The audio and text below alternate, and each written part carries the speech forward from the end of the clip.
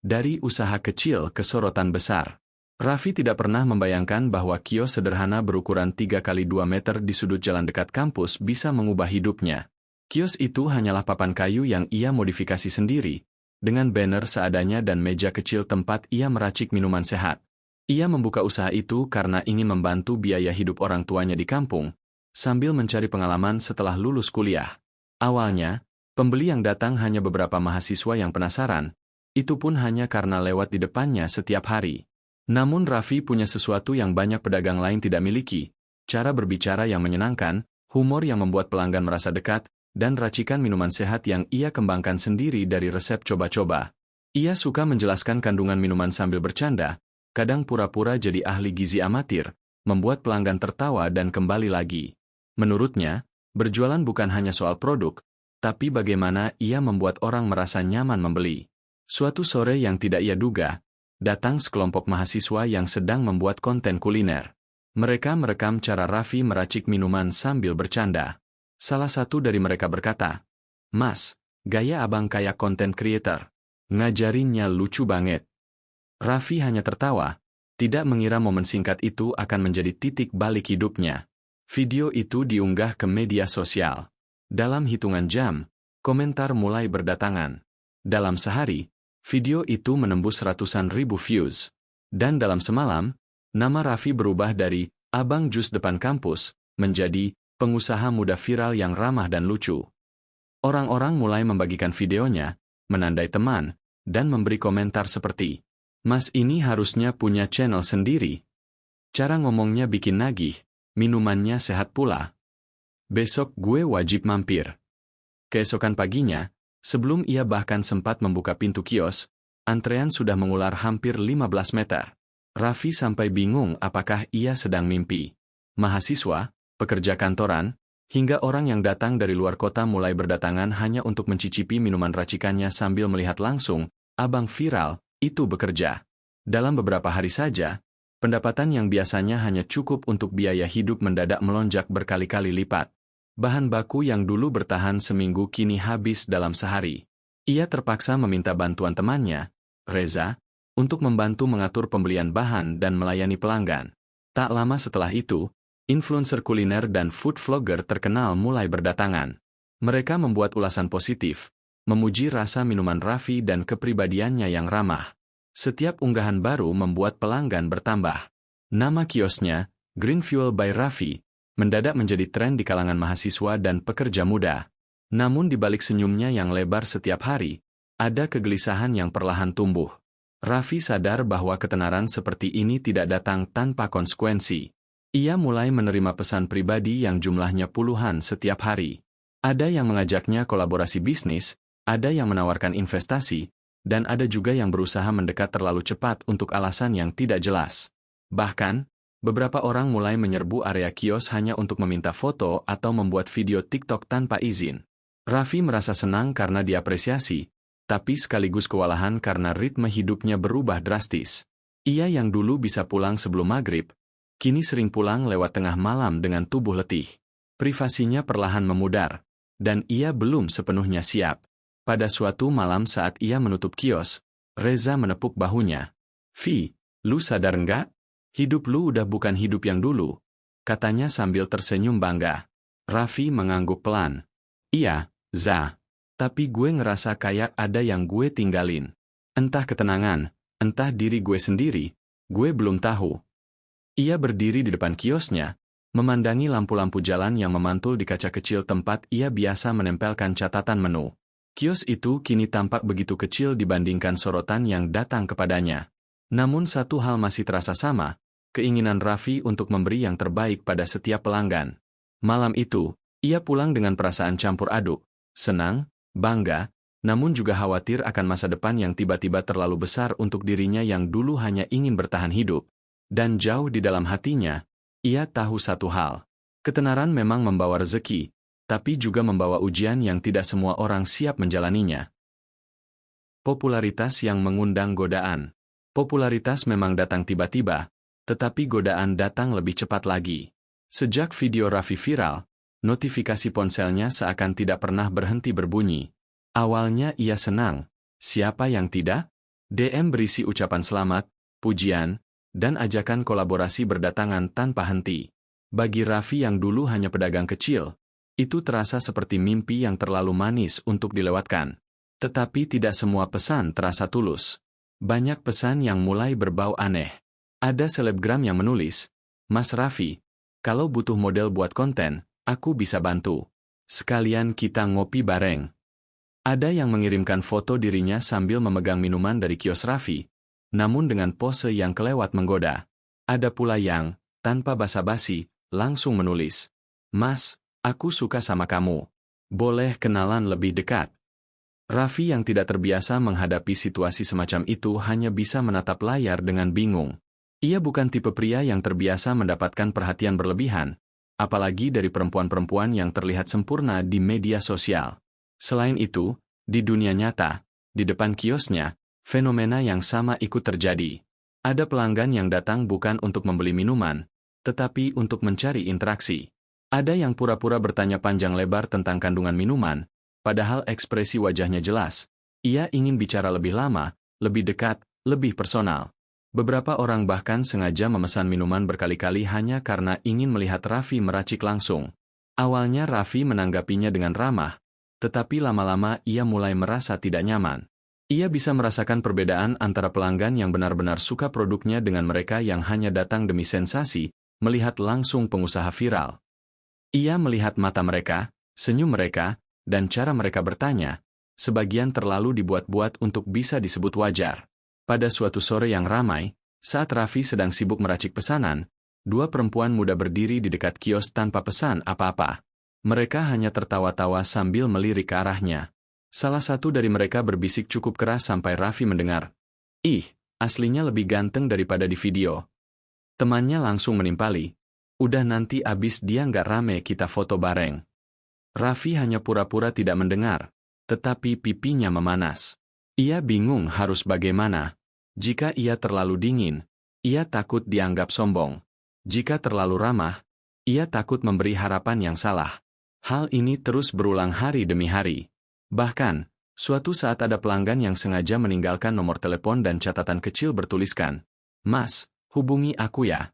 Aku sering lewat sini." Reza menemukan kertas itu dan langsung mengangkat alis tinggi. Sore itu, setelah pengunjung mulai berkurang, Reza menepuk bahu Raffi sambil tertawa kecil. "Vi, lu sekarang masuk radar banyak orang, dan lu harus siap sama segala macam niat." Raffi tersenyum kaku. "Iya, Za, tapi gue bingung. Mereka niatnya apa? Mau kenal gue atau mau kenal popularitas gue?" Reza menatapnya dengan serius, lebih serius daripada biasanya. "Vi, lu harus ngerti. Dunia lu udah beda sekarang. Banyak orang datang karena pengen dapat sorotan. Ada yang datang karena penasaran. Ada yang datang karena lihat peluang. Nggak semua datang karena benar-benar tertarik sama lu sebagai manusia." Raffi menelan ludah pelan. Kata-kata itu menamparnya. Ia ingat bagaimana dulu ia bisa melayani pelanggan tanpa perlu khawatir tentang niat mereka. Semua terasa sederhana. Ia membuat minuman, mereka membeli, dan selesai. Sekarang semuanya terasa rumit. Ia harus membaca gestur, intonasi, dan maksud tersembunyi yang bahkan ia sendiri tidak ahli menafsirkannya. Yang membuat semuanya semakin berat adalah kenyataan bahwa Raffi sebenarnya orang yang cenderung tulus. Ia mudah percaya, mudah menganggap semua orang datang dengan niat baik. Kini, sikap itu justru menjadi kelemahannya. Satu malam, saat mereka membereskan kios, Reza berkata, "Vi, lu itu punya dua pilihan. Lu tetap jadi diri lu yang terlalu baik, dan siap kecewa. Atau lu belajar bikin batas." Raffi memandangi ponselnya yang terus menyala karena notifikasi masuk. Ia membaca beberapa DM yang baru datang. Ada yang ingin diajak makan malam. Ada yang mengaku fan berat. Ada pula yang mengirimkan pesan panjang berisi pujian, terlalu panjang untuk orang yang bahkan belum pernah bertemu. Pada saat itu, Raffi mulai bertanya pada dirinya sendiri, jika perhatian ini datang sebelum ia viral, apakah mereka tetap akan mendekatinya? Jika ia hanya pedagang biasa tanpa pengikut ribuan di media sosial, apakah mereka tetap akan tersenyum semanis itu? Pertanyaan-pertanyaan itu tidak ada jawabannya. Dan semakin ia memikirkannya, Semakin besar rasa gelisah mengisi dadanya. Namun satu hal sudah jelas, popularitas bukan hanya membawa rezeki dan peluang. Ia juga membawa pintu-pintu yang jika tidak dijaga, bisa menarik Raffi masuk ke dunia yang penuh kepalsuan, harapan semu, dan godaan yang bisa mengganggu fokusnya. Dan malam itu, sambil menutup pintu kios, Raffi akhirnya merasakan sesuatu yang belum pernah ia rasakan sebelumnya. Takut kehilangan dirinya sendiri di tengah sorotan yang terus mengejarnya. Munculnya dua sosok yang mengusik hati. Setelah badai popularitas mulai stabil, kehidupan Raffi masuk ke fase yang jauh lebih rumit, fase di mana ia harus membedakan mana hubungan yang tulus, dan mana yang datang bersama gemerlap sorotan. Dan justru pada saat pikirannya masih berantakan, dua sosok perempuan hadir dalam hidupnya hampir bersamaan, membawa cerita dan warna yang sangat berbeda. Yang pertama adalah Naila. Sejak dulu, Naila selalu menjadi pelanggan setia. Ia mengenal Raffi jauh sebelum video viral itu muncul, saat kiosnya masih sepi dan Raffi sering duduk sendirian menunggu pembeli. Naila biasanya mampir sepulang kuliah, memesan minuman yang sama, dan mereka mengobrol santai tentang apa saja, tugas kampus, cuaca panas, atau sekadar bercanda soal nama minuman baru yang Raffi rencanakan. Tidak pernah ada momen dramatis antara mereka. Semuanya selalu sederhana. Naila tidak pernah memuji Raffi berlebihan, tidak pernah meminta foto atau konten, tidak pernah bersikap seolah-olah ia sedang berbicara dengan seorang pengusaha viral. Baginya, Raffi tetap Raffi, pemuda baik yang bekerja keras membangun sesuatu dari nol. Ketika Raffi mulai viral dan kiosnya penuh sesak, Naila tidak berubah. Ia tetap menunggu dengan sabar, tetap tersenyum hangat, bahkan sering menyelipkan pesan kecil. Mas Raffi, jangan lupa makannya. Capek kelihatan banget tuh. Atau, tadi kamu kayaknya kurang tidur. Istirahat kalau bisa. Kehadirannya memberi rasa tenang, seperti pulang ke rumah. Raffi sering merasa suaranya menjadi lebih stabil ketika berbicara dengan Naila. Ada ketulusan yang sulit dijelaskan. Ada kenyamanan yang jarang ia rasakan dari orang lain. Namun kemudian datanglah sosok lain, Alisha. Berbeda dari Naila, Alisha bukanlah pelanggan lama. Ia datang setelah Raffi viral, setelah nama kiosnya melambung di internet. Alisha adalah selebgram dengan ratusan ribu pengikut, wajah cantik, penampilan profesional, dan aura percaya diri yang memancar dari cara ia berdiri dan berbicara. Pertemuan pertama mereka bahkan terjadi bukan karena minuman, melainkan karena sebuah email kerjasama. Alisha menawarkan kolaborasi promosi, sesuatu yang sangat besar untuk seorang pengusaha kecil seperti Raffi. Pertemuan itu berlangsung di kios, dan Alisha muncul dengan gaya seorang figur publik, rambut rapi, pakaian stylish, kamera tim kecil yang siap merekam konten kapan saja. Raffi, aku sudah lihat video kamu. Kamu punya potensi besar. Kita bisa bikin sesuatu yang lebih besar lagi kalau mau, katanya sambil tersenyum profesional. Berbeda dengan Naila yang memberi rasa damai, Alisha membawa angin perubahan, angin yang penuh peluang namun juga penuh tekanan. Setiap kali Raffi berbicara dengannya, ia merasa seperti sedang berada di dunia baru, dunia branding, marketing, angka, followers, engagement rate, dan segala hal yang tidak pernah ia pikirkan sebelumnya. Alisha adalah tipe perempuan yang tidak ragu menunjukkan ketertarikan. Ia dengan mudah memuji gaya bicara Raffi, menyentuh lengannya sambil tertawa, bahkan mengajak Raffi ikut ke beberapa event influencer. Datang, ya. Kamu harus mulai masuk ke lingkungan ini. Bisnismu bisa naik lagi kalau kamu mulai main di ranah publik, ujarnya sambil menatap Raffi dalam-dalam. Raffi yang tidak terbiasa berhadapan dengan perempuan seperti Alisha merasa tersanjung sekaligus tertekan.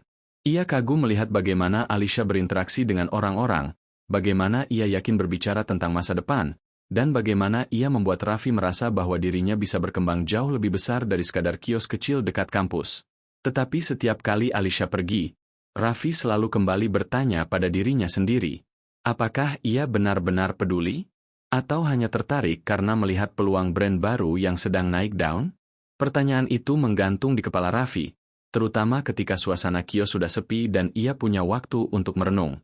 Dalam beberapa hari saja, hidupnya terasa seperti drama yang terlalu berlebihan untuk seseorang yang hanya ingin menjual minuman sehat. Dan dari situlah dilema itu tumbuh. Perhatian Naila membuat hati Raffi hangat. Ia merasa diperhatikan, dipahami, dan tidak perlu berpura-pura menjadi siapapun.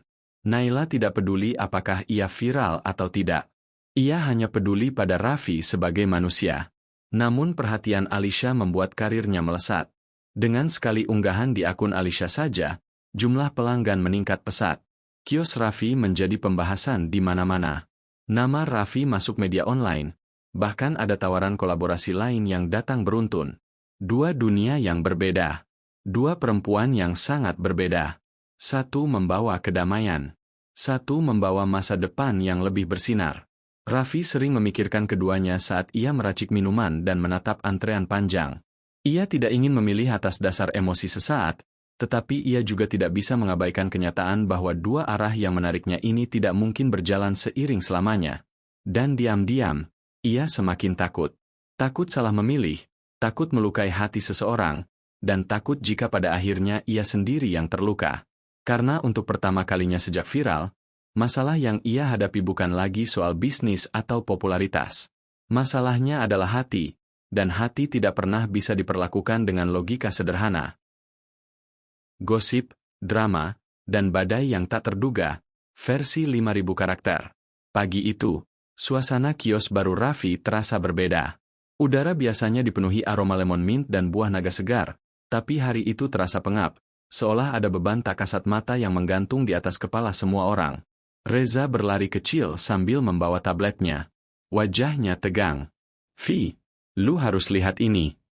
Raffi baru saja menatap botol-botol minuman ketika tablet itu disodorkan ke hadapannya. Dan di sana, terpampang besar judul sebuah artikel gosip. Pengusaha viral diduga pacaran dengan selebgram cantik Alisha. Di bawahnya, ada foto dirinya dan Alisha saat menghadiri acara kolaborasi produk seminggu lalu. Dari angle yang sengaja dipilih, seolah-olah mereka sedang bermesraan. Padahal kenyataannya, Alisha saat itu hanya menunjukkan botol minuman sambil tertawa di antara kerumunan. Komentar netizen bergulir deras. Ya jelaslah, pengusaha muda gitu pasti pilihnya selebgram cantik. Pantesan Raffi naik cepat, ada backing-an influencer. Fix mereka cocok. Naila siapa? Kalah saing deh. Raffi mengembuskan napas panjang. Bukan hanya karena berita itu bohong, tapi karena efeknya muncul lebih cepat dari yang ia pikirkan. Siang harinya, Naila tidak muncul seperti biasanya. Ia biasanya datang membeli minuman sepulang kuliah, atau sekadar menyapa dan menanyakan apakah Raffi sudah makan. Namun hari itu, pesan Raffi hanya centang satu. Teleponnya tidak diangkat. Raffi mencoba meyakinkan diri kalau Naila mungkin hanya sibuk, tapi kata-katanya sendiri terdengar seperti alasan. Ketika malam tiba, akhirnya Naila membalas, singkat, dingin, dan terasa jauh. "Maaf, aku lagi banyak tugas." "Semangat ya, Vi." Hanya itu. Padahal sebelumnya, Naila selalu mengirim emotikon lucu, atau menambahkan kalimat panjang penuh perhatian. Sekarang, ia seperti menarik diri perlahan, takut hanyut terlalu dalam di dunia yang kini selalu mengitari Raffi, dunia sorotan, drama, dan gosip. Di sisi lain, Alisha juga dihadapkan pada tekanan. Beberapa netizen menuduhnya sengaja mendekati Raffi demi citra baik, demi konten, demi engagement. Padahal ia hanya ingin berkolaborasi secara profesional. Bahkan pesan-pesan penuh kebencian memenuhi DM-nya. "Mereka pikir gue predator popularitas," ujar Alisha saat menghubungi Raffi. Suaranya terdengar getir. "Aku minta maaf ya, kayaknya kehadiranku bikin masalah di hidup kamu." Raffi mengusap wajahnya, bingung harus menanggapi dari sisi mana dulu. "Ini bukan salah kamu, Sha. Media aja yang lebay." Tapi meski begitu, postingan itu sudah viral. Dan efek yang paling menusuk hati Raffi bukan komentar dari netizen, melainkan tatapan karyawan yang khawatir, pelanggan yang mulai membandingkan, dan Naila yang perlahan menghilang. Drama semakin panas ketika muncul rumor baru.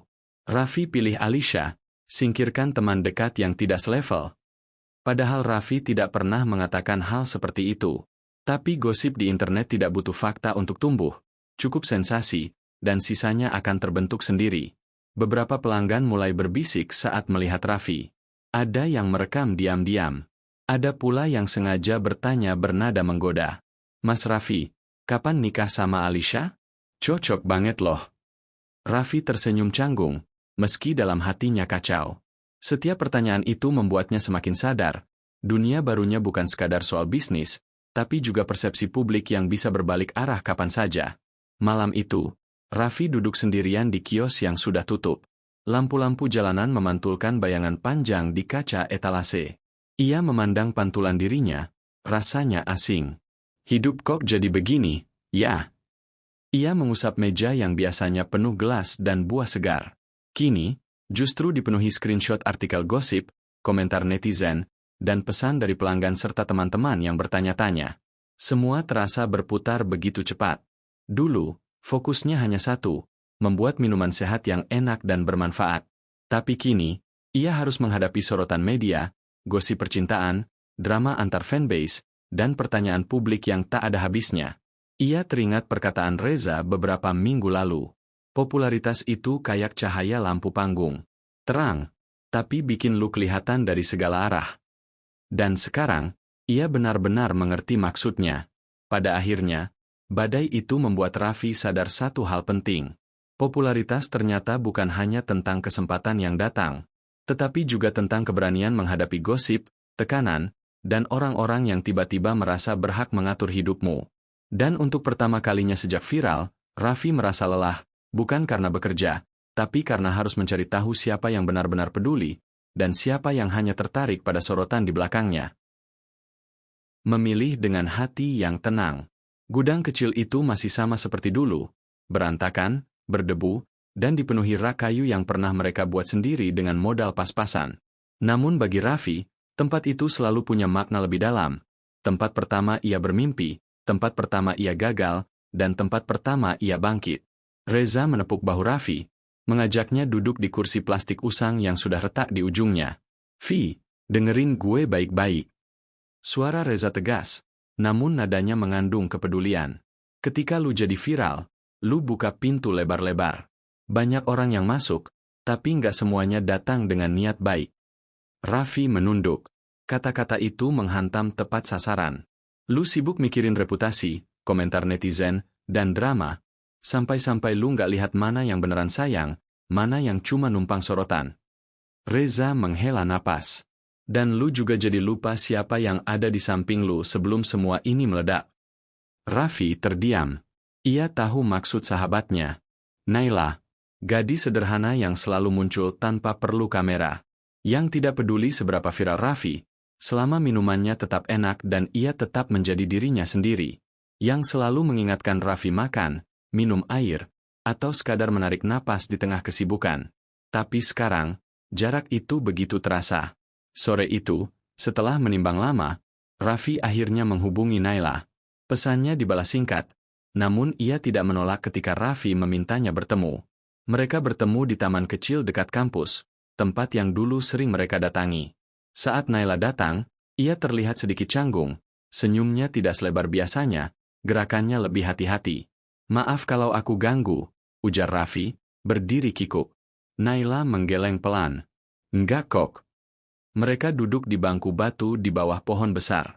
Untuk beberapa menit, hanya suara angin yang terdengar. Raffi mengumpulkan keberanian.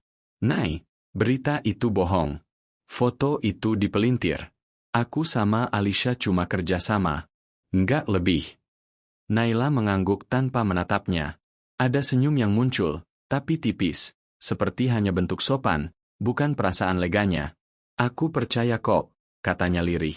"Tapi, aku cuma nggak mau tiba-tiba merasa ikut jadi bagian dari drama hidupmu, Vi. Aku bukan orang yang kuat menghadapi sorotan atau komentar orang." Raffi menelan ludah. Kalimat itu menusuk lebih dalam dari semua komentar netizen yang pernah ia baca. "Aku nggak minta kamu ikut drama itu," Raffi berkata pelan. "Aku cuma nggak mau kamu menjauh karena hal yang nggak benar." Naila menghela napas. Kali ini panjang. "Vi, kamu mungkin gak sadar, tapi dunia kamu sudah beda. Kamu dikenal banyak orang, kamu jadi sorotan. Hidupmu bukan lagi cuma milik kamu." Ia lalu menatap Raffi. Mata jernih itu kini terlihat lebih serius dari yang pernah ia lihat. "Dan aku takut, kalau nanti aku cuma jadi pilihan cadangan, kalah sama gemerlap popularitas." Raffi terdiam. Ia ingin menjawab bahwa Naila salah, bahwa ia tidak pernah melihat Naila begitu. Namun kenyataannya, bahkan Raffi sendiri belum sepenuhnya mengerti apa yang ia rasakan. Ia hanya tahu satu hal, Naila membuatnya tenang. Alisha membuat karirnya melesat. Namun ketenangan, jauh lebih langka dari perhatian. Naila, Raffi akhirnya berkata, kalau ada satu orang yang gak pernah aku anggap cadangan, itu kamu. Naila menatapnya, kali ini sedikit lembut. Vi, aku cuma butuh kamu jujur sama dirimu sendiri. Kamu mau dekat sama siapa? Bukan karena tekanan, gosip, atau fans. Tapi karena hatimu tenang. Kata tenang itu terasa seperti angin yang membersihkan kepala Raffi dari semua kekacauan. Selama ini, ia terlalu fokus pada popularitas, pertumbuhan bisnis, dan menjaga citra, sampai ia lupa bertanya pada dirinya sendiri. Siapa yang membuat hidupnya terasa ringan, bukan semakin rumit? Di mata Naila, ia melihat kejujuran yang tidak muncul untuk konten. Tidak untuk kolaborasi. Tidak untuk citra. Hanya untuk dirinya. Ketika mereka pulang, Raffi berjalan beberapa langkah di belakang Naila. Ia memperhatikan setiap langkah kecil gadis itu, yang dulu terasa biasa saja, namun kini justru terasa lebih berarti dibanding sorotan ratusan ribu mata di dunia maya. Reza benar. Tidak semua yang mendekat itu peduli. Dan tidak semua yang peduli itu berani bertahan dalam sorotan. Di malam itu, untuk pertama kalinya, Raffi merasa bukan sedang memilih antara Naila dan Alisha, melainkan memilih antara hidup yang tenang atau hidup yang penuh sorotan. Dan hatinya, tanpa banyak keributan, mulai condong pada ketenangan itu. Cinta, harta, dan keputusan yang menentukan. Sinar matahari sore menyelinap masuk melalui jendela kaca besar ruangan produksi yang baru. Mesin-mesin modern berbaris rapi, karyawan bekerja dengan ritme yang lebih teratur dibanding masa-masa awal ketika semuanya masih serba manual. Raffi berdiri memandangi ruangan itu lama, mencoba menyadari betapa drastis perjalanan hidupnya berubah hanya dalam beberapa bulan. Namun di balik semua kemajuan itu, ada tekad baru yang tumbuh di dadanya, tekad untuk mengendalikan hidupnya sendiri, bukan membiarkan popularitas melahapnya hidup-hidup.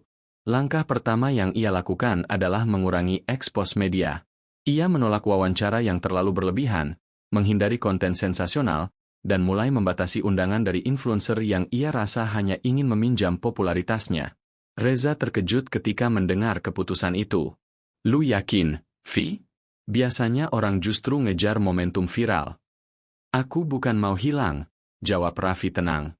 Aku cuma mau balik jadi manusia, bukan sekadar konten. Itu adalah kalimat yang sudah lama ingin ia ucapkan. Namun baru sekarang ia punya keberanian. Langkah berikutnya adalah berbicara dengan Alisha. Mereka bertemu di sebuah kafe tenang yang jauh dari sorotan. Alisha datang dengan senyum ramah, make-up flawless, dan aura bintang yang sulit diabaikan. Namun Raffi melihat sedikit kelelahan di balik mata perempuan itu. Vi, aku dengar kamu banyak menolak job akhir-akhir ini. Kamu oke? Tanya Alisha. Raffi mengangguk. Aku cuma mau hidup lebih seimbang. Kemudian ia mengutarakan semuanya, bahwa ia menghargai kerjasama mereka, bahwa kolaborasi itu membuat bisnisnya berkembang, tapi ia tidak ingin hubungan mereka dipelintir menjadi gosip yang merugikan keduanya. Alisha mendengarkan dalam diam, menyesap kopinya sebelum berkata dengan elegan. Vi, dunia aku memang penuh rumor. Aku terbiasa. Tapi kalau ini bikin kamu nggak nyaman, aku ngerti. Ia tersenyum lembut. Kamu laki-laki baik. Bukan tipe yang mau main-main sama perhatian orang. Raffi lega. Dalam hati, ia menyadari satu hal. Alisha mungkin terlihat bersinar, tetapi ia adalah seseorang yang harus hidup berdampingan dengan bisikan dunia maya setiap hari. Mereka berjalan di jalur berbeda, dan itu bukan salah siapapun. Pertemuan itu berakhir dengan saling menghargai, tanpa drama, tanpa luka. Menjelang senja, Raffi berdiri sendirian di depan kios barunya. Kios yang dulu hanya ukuran 3 meter kini berubah menjadi mini kafe modern. Lampu kuning hangat menggantung, aroma buah segar tercium lembut, dan papan nama Raffi's Fresh Blend bersinar terang. Namun semakin besar tempat itu, semakin kecil rasanya hatinya jika membayangkan menjalani hidup tanpa orang yang membuatnya merasa manusia. Ia menutup matanya sejenak, membiarkan angin membawa ingatan-ingatan sederhana. Suara tawa Naila ketika pertama kali mencoba minuman yang terlalu asam. Cara gadis itu menggulung rambutnya tanpa sadar saat gugup. Atau pesan singkatnya yang selalu mengingatkan. Raffi, jangan lupa makan. Kamu kalau capek kelihatan banget. Semua itu datang jauh sebelum dunia mengenalnya. Naila bukan bagian dari kesuksesannya. Ia bagian dari dirinya. Dan tiba-tiba, Raffi sadar. Selama ini ia takut kehilangan Naila bukan karena cinta yang menggebu-gebu, tetapi karena ketenangan yang hanya muncul ketika gadis itu ada. Sebuah ketenangan yang tidak pernah diberikan popularitas. Raffi mengeluarkan ponselnya. Ia menatap layar cukup lama sampai refleksi wajahnya sendiri terlihat. Wajah seorang pria yang mulai mengerti apa yang sebenarnya ia butuhkan dalam hidup. Jari-jarinya akhirnya bergerak mengetik pesan singkat. Boleh ketemu? Aku mau cerita, dan mungkin, mendengar cerita kamu juga. Tidak ada janji manis. Tidak ada kata cinta. Hanya undangan untuk membuka hati tanpa tekanan. Beberapa menit kemudian, ponselnya bergetar. Sebuah balasan muncul. Boleh, kamu tentuin tempatnya. Tersenyum, Raffi menatap kios barunya sekali lagi. Semua kesuksesan ini indah, tapi tidak ada artinya jika ia menjalaninya sendirian atau dikelilingi orang yang hanya melihat hartanya. Dan pada saat itu, ia mengerti sebuah kebenaran sederhana. Dikejar cinta atau harta bukan soal siapa yang datang paling mempesona, tapi siapa yang tetap tinggal ketika sorotan mulai padam dan dunia berhenti peduli. Dan kini, Raffi siap memilih dengan hati yang benar-benar tenang.